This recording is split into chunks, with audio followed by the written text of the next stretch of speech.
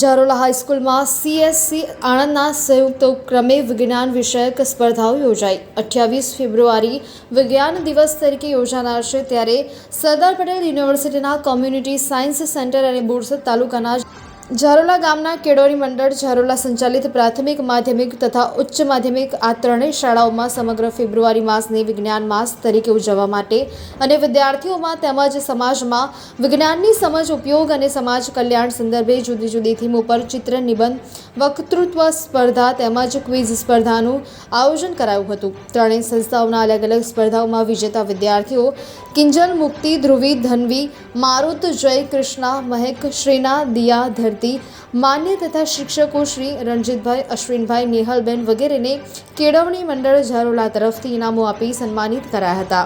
આચાર્ય શ્રી નવીનભાઈ પટેલે ભાગ લીધેલ અને વિજેતા બનેલ તમામ વિદ્યાર્થીઓ તથા શિક્ષકોને અભિનંદન પાઠવ્યા હતા।